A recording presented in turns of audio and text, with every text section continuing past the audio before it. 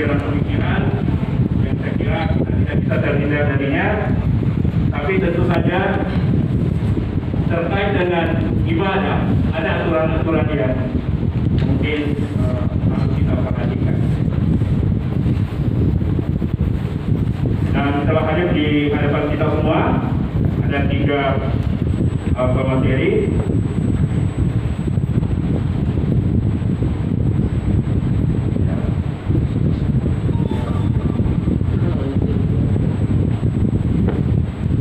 Di hadapan kita ada 3 narasumber. Yang pertama Bapak Profesor Dr. Haji Jalaluddin Rahman. Kita semua sudah mengetahui beliau. Saya sendiri karena diajar di Strata 2 pemikiran Islam modern, akan mengantarkan materi dengan judul ibadah kurban. Apa mungkin dibarui buat catatan kecil, dan akan dilanjutkan oleh Bapak Dr. Haji Yusri Arsyad MCMA terkait materi syariat kurban dalam Islam, dan juga dari Dinas Perikanan dan Peternakan Bapak Bagus Sri Parmanto SPE yang akan menyampaikan materi kebijakan pemerintah kota dan protap pemotongan hewan kurban di era pandemi. Untuk sambutan pertama kami persilakan Bapak Profesor Dr. Haji Jalaluddin Rahman. Waktu 15 menit kami persilakan.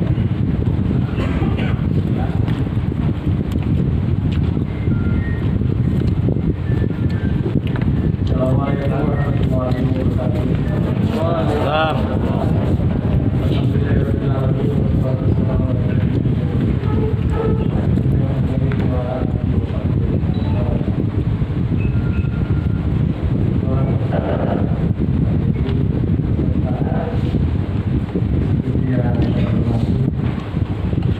Karena saya sudah tulis ini, kita baca ya, kita baca saja.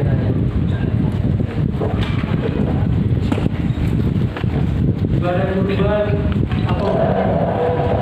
Kurban.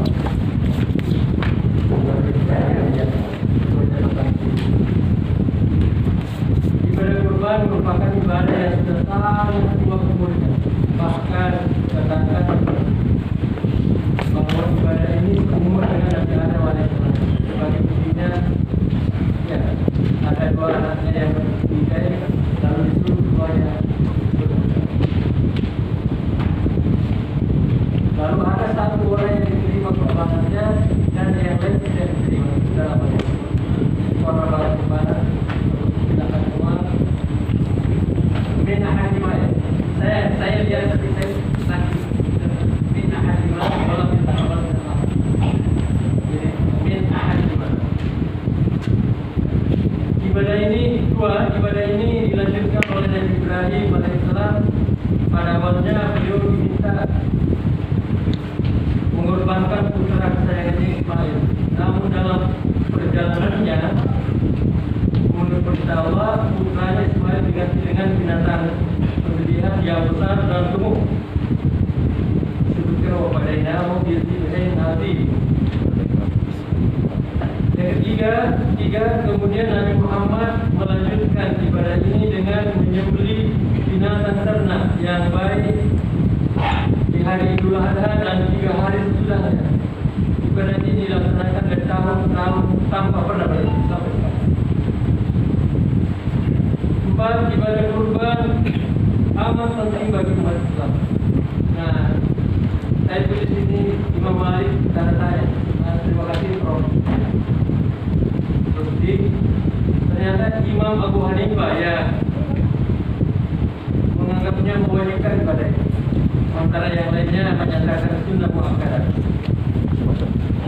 yaitu bagi yang memiliki kemampuan seekor domba, kambing, atau seperti itu unta, sapi. Tapi menurut saya ibadahnya masih minimal. Satu keluarga walaupun hanya 3-4 orang, kalau mau seekor sapi yang besar-besar lagi tidak apa-apa. Kesana saya kira ada, meskipun ada yang mengatakan ini tidak berkait dengan kurban, pasal di dalam kebenaran. Kita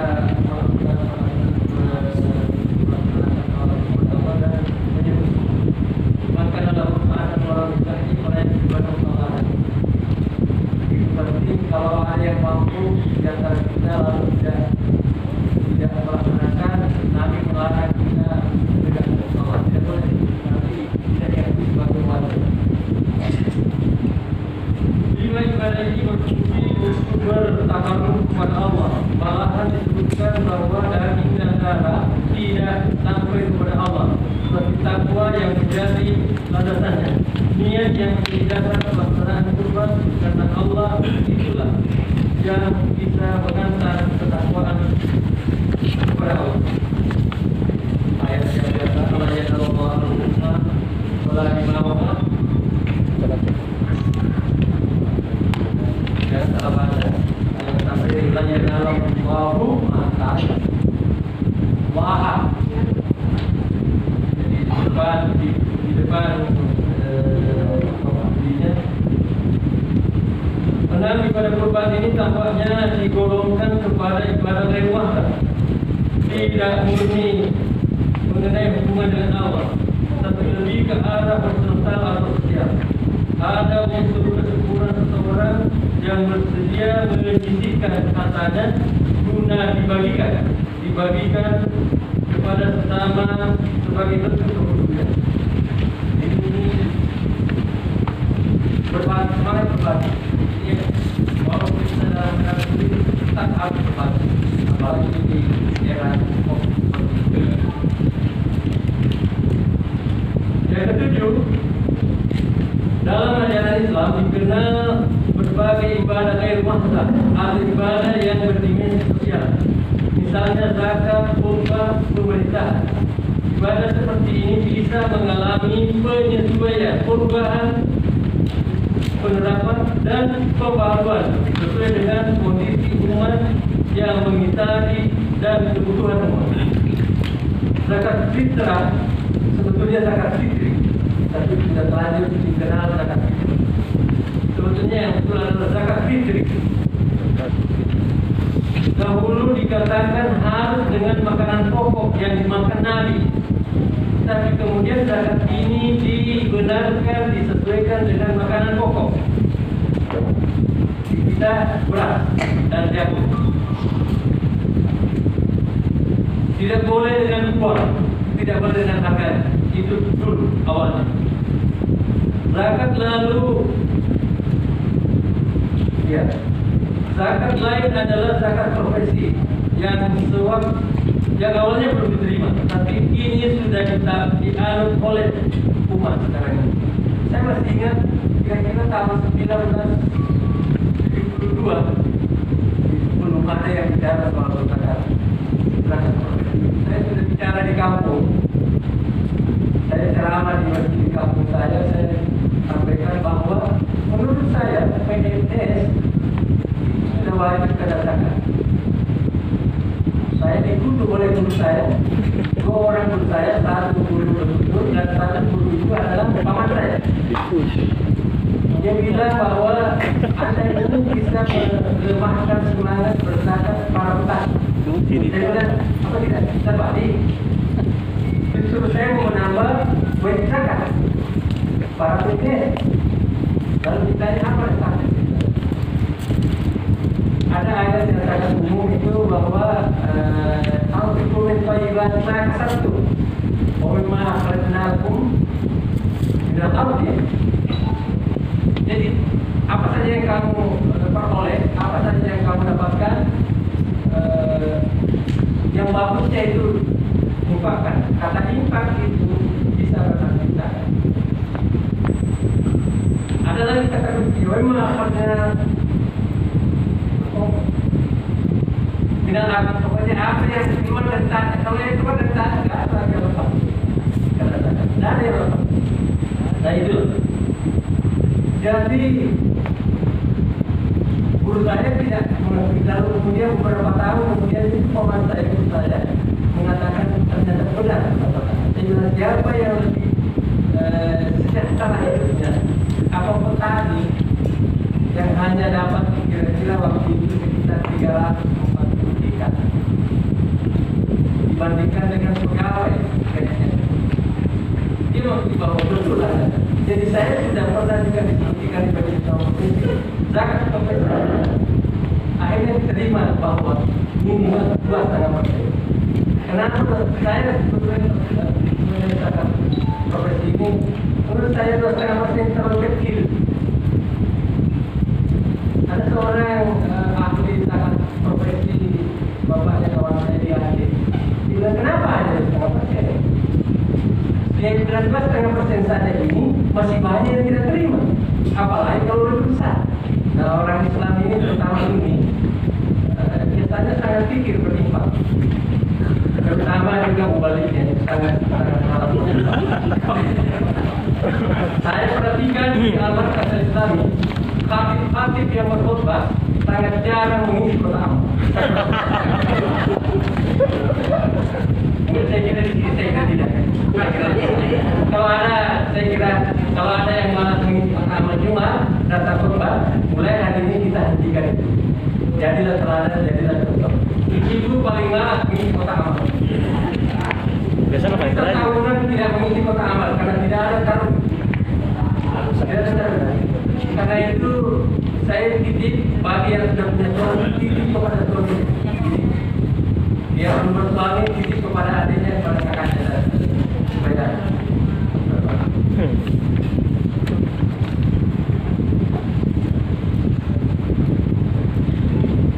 ya, khutbah dulu harus bermasalah.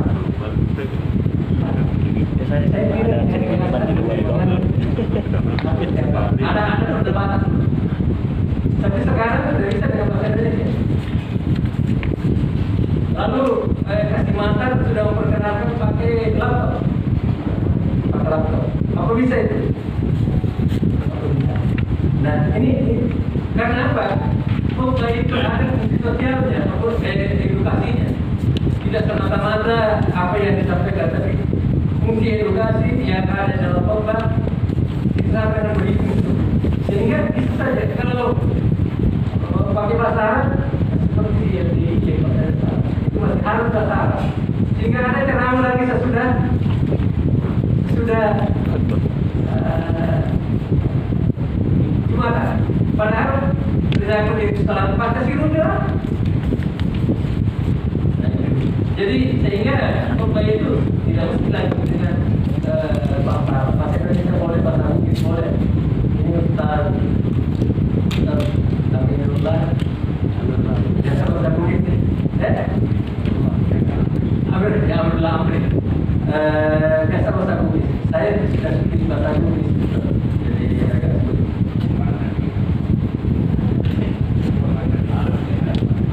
Nah, yang kedelapan, bagaimana kurban sebagai ibadah ghairul muhtad. Kenapa saya katakan ghairul muhtad? Karena dalam waktu yang bersamaan kita lakukan penyembelihan binatang. Di samping kita dekat dengan Allah, saya katakan kurban itu dekat dengan Allah dan mesra dengan sama. Lagi pula Allah tidak menerima dagingnya. Dagingnya untuk apa? Untuk apa daging itu? Tentu untuk bantuan, untuk berbagi, lapar kepada saudara kita yang mengalami kesulitan.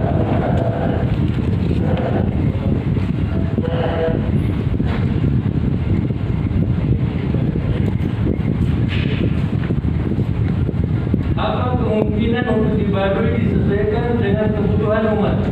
Misalnya ketika umat tidak membutuhkan daging, apakah harganya bisa dibagikan atau ditukar dengan sembako?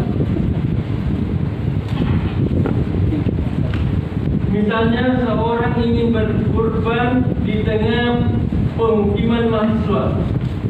Sudah pasti mahasiswa tidak memerlukan daging, tapi bahan makanan yang sering dikonsumsi mereka itu yang diperlukan. Kalau daging yang dibagikan malah itu tidak bermakna. Malah merepotkan kalau daging dibagikan kepada mahasiswa. Merepotkan sekali. Umurnya tidak tahu. Nah ini gimana? Padahal ini ibadah sosial, ibadah keluarga, tidak mesti. Saya cerita di India, sapi sangat dihormati oleh orang Hindu. Karena itu ulama ulama, dia meminta kepada umat Islam hindari berkurban dengan sapi sebagai toleransi, sebagai penghormatan kepada saudara kita yang melintas beragama ini. Dia menganjurkan kurbanlah dengan binatang lain, binatang yang lain, jangan sapi. Itu dihindari.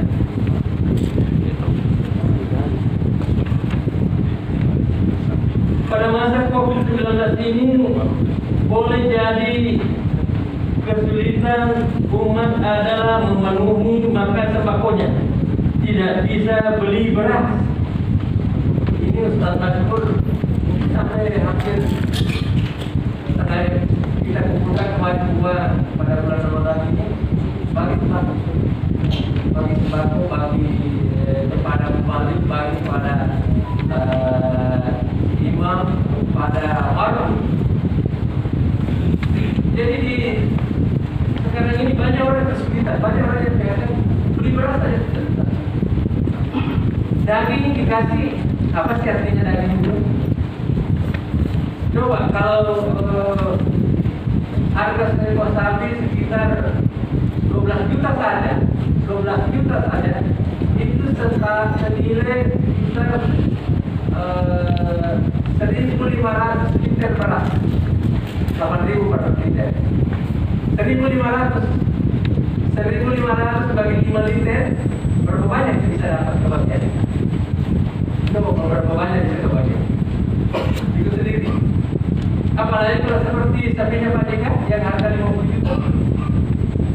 50 juta. Nah ini. Belum lagi bahwa kita tidak boleh, COVID ini adalah penyakit kerumunan. Penyakit kerumunan. Kenapa di kota-kota besar banyak terjadi penularan? Karena di kota lah banyak terjadi kerumunan. Ya, di gunung-gunung tidak ada kok. Tidak ada orang yang datang. Tapi di kota besar, Makassar, dan Makassar ini termasuk nomor 2 terbanyak. Nomor 1 itu di kota Jakarta Pusat. Yang nomor 2 adalah Makassar. Nah, kalau kita kaitkan dan ternyata bahwa Makassar ini mayoritas orang Muslim, berarti orang Muslim inilah yang menjadi penyebar COVID ini. Sementara kalau kurban dilaksanakan akan berkumpul orang berdatangan. Bagaimana ya? Apa bisa dengan sembako dan seterusnya. Apalagi ketika dengan ayat Allah la yanalu hukumah kan Nabi. Tapi menurut saya manfaat. Ini memang banyak sekali di wilayah saya, banyak yang tidak terima. Termasuk ini Ustaz Baradil tidak terima. Tidak apa-apa. Saya umroh mendapat. Dan saya kira belum pernah ada orang yang saya dengarkan berkata ada berkata pakas.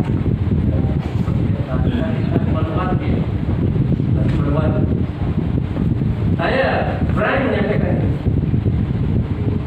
Tapi sekarang masih kelihatannya daging masih didudukkan, juga didudukkan. Jadi itulah sebabnya mungkin saya masih juga menyarankan untuk bisa beli kurban saya karena masih didudukkan.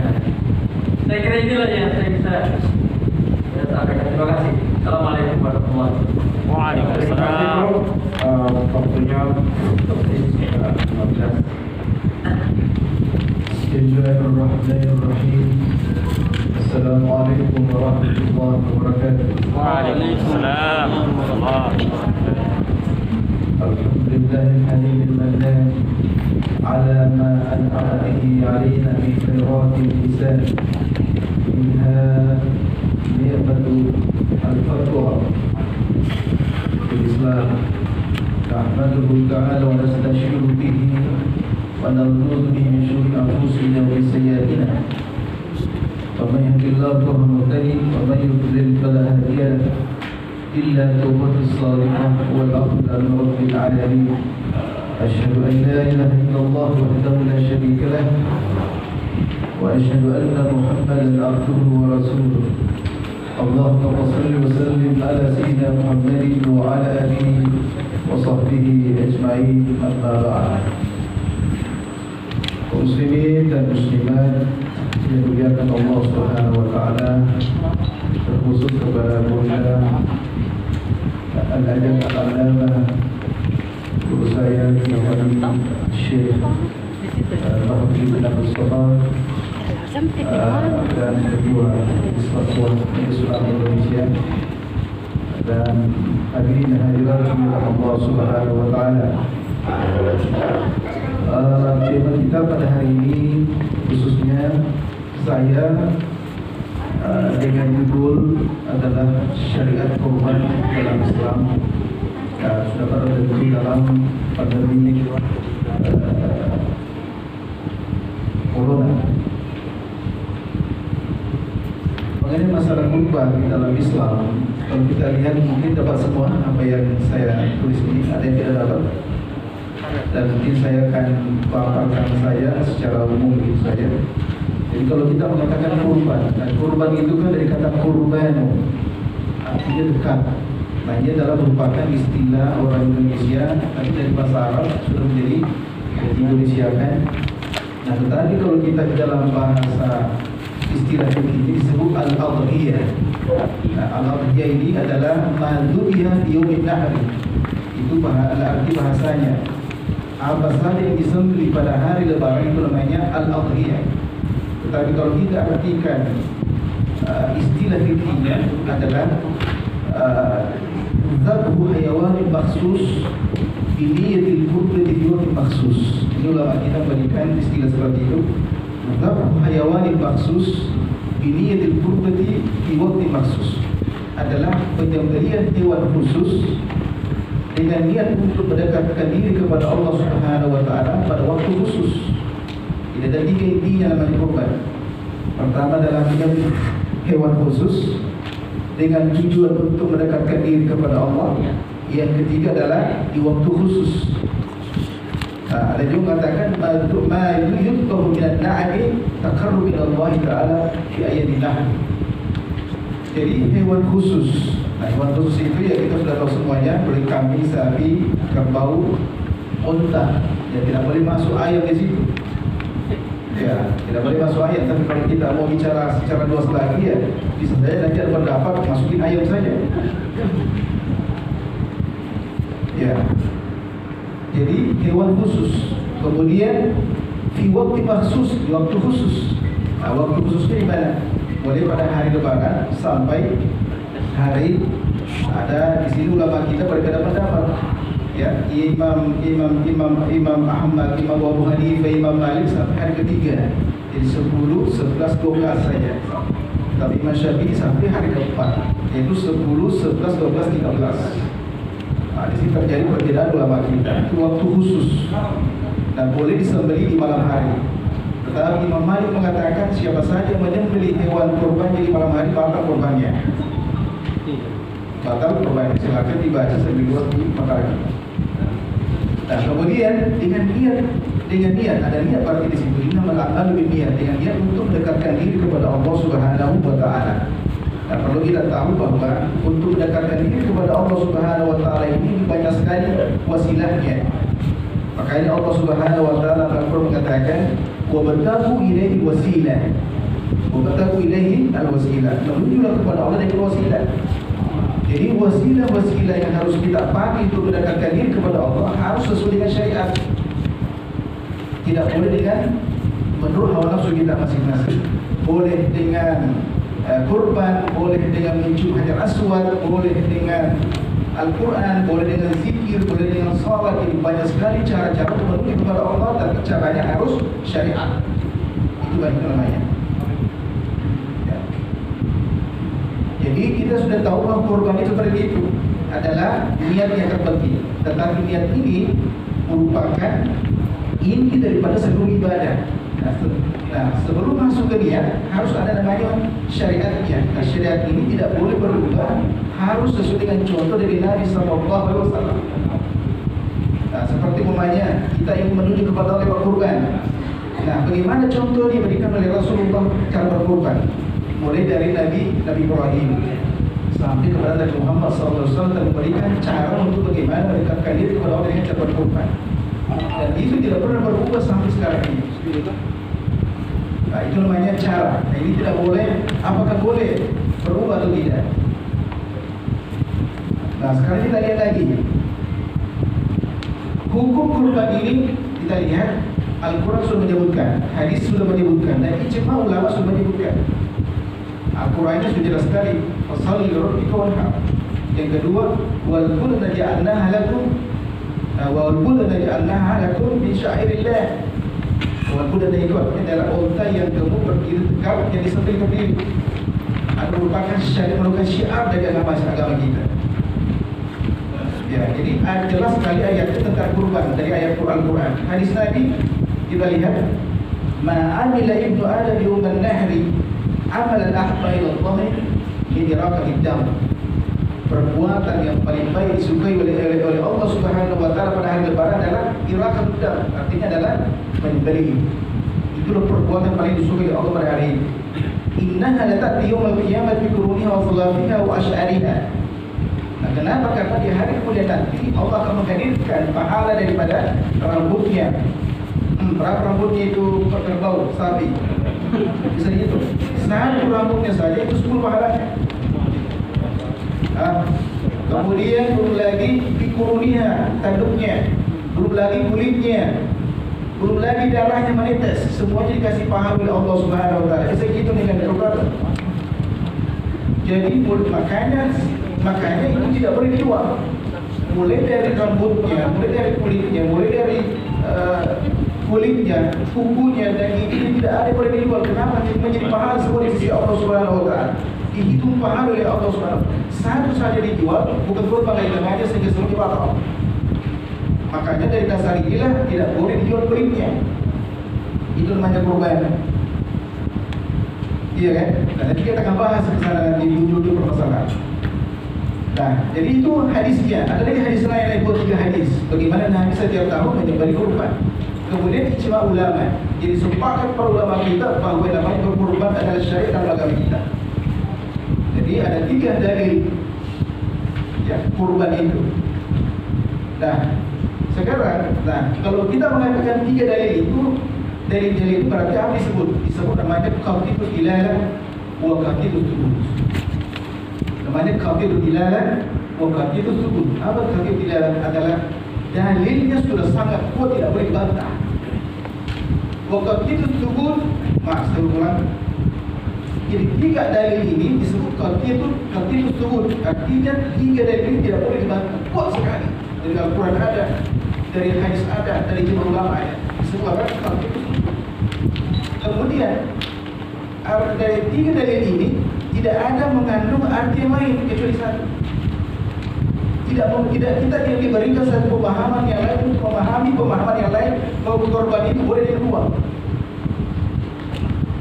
Tidak diberi kepada kita ruang berpikir untuk mengganti korban itu dengan sembako. Tidak ada ruang sedikit pun. Bahkan napas udara tidak bisa masuk. Kenapa? Itu disebut qat'iyus ilalah. Itu qat'iyus ilalah.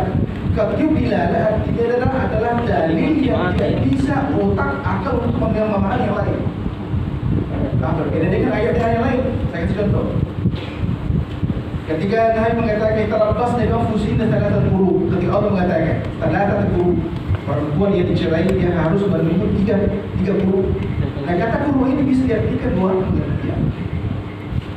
Itu namanya sunniyah ilalah, tapi qat'iyus thubut. Jadi qat'iyus thubut karena ada Al-Quran, namanya qat'iyus thubut. Tapi karena bisa dipahami dari 2 pengertian, disebut sunniyah ilalah. Itu beda. Banyak lagi ayat yang lain. Kenapa kita bisa ada membaca Al-Fatihah di belakang imam, ada yang tidak? Kenapa? Karena ayatnya namanya qat'iyus itu karena itu sunniyah ilalah. Fa idza quri'a al-Qur'an fastami'u lahu wa ansitu lahu. Nah, ayat ini sifatnya umum. Makanya ada hadis lain mengatakan tidak sah salat itu jadi dibaca Al-Fatihah. Jadi hadis dalil-dalil ini disebut zanniyul dilalah, tapi kok itu disebut. Nah, sedangkan ayat-ayat hadis ini ada hukum kurban ini. Hukum kurban ini sangat kuat bagi kita. Mulai dari zaman Rasulullah sampai sekarang, itu adalah tidak bisa berubah hukumnya. Jelas sekali. Dalilhu wadih di wujud syams bin nahar. Itu sangat jelas dari sebelum kita pada siang. Nah sekarang kita lihat lagi hikmahnya. Apa hikmahnya yang berkurban? Lihat hikmahnya. Kita dengar zakat. Apa hikmahnya? Kita lihat nomor satu adalah syukurillah subhanahu wa ta'ala, sebagai bentuk syukur kita kepada Allah subhanahu wa ta'ala. Jadi kita berkorban sebagai bentuk apa? Syukur kepada Allah dari seluruh nikmat Allah berikan kepada kita. Yang kedua adalah libaqaina min amil an. Hikmah yang kedua adalah karena kita masih hidup dari tahun ke tahun. Alhamdulillah masih sudah banyak tetangga meninggal dunia. Saya harus berkorban tahun ini. Itu hikmah kedua. Yang ketiga adalah takfir sayyi'at, adalah untuk menghapus dosa-dosa yang pernah kita lakukan. Nah, dosa yang kita lakukan ada dua. Ada dosa karena melanggar larangan, ada dosa karena kita bersempurna ibadahnya. Betul? Nah, ini semuanya akan dihapus oleh korban. Alaysa sayyi'at, alaysa hasanat yuzhibna sayyi'at. Bukankah kebaikan itu menghancurkan namanya kejelekan yang kita lakukan? Sekarang apakah ada yang bisa menghitung kebaikan korban? Maka dari dasar inilah tidak boleh disamakan dengan sedekah atau zakat fitrah.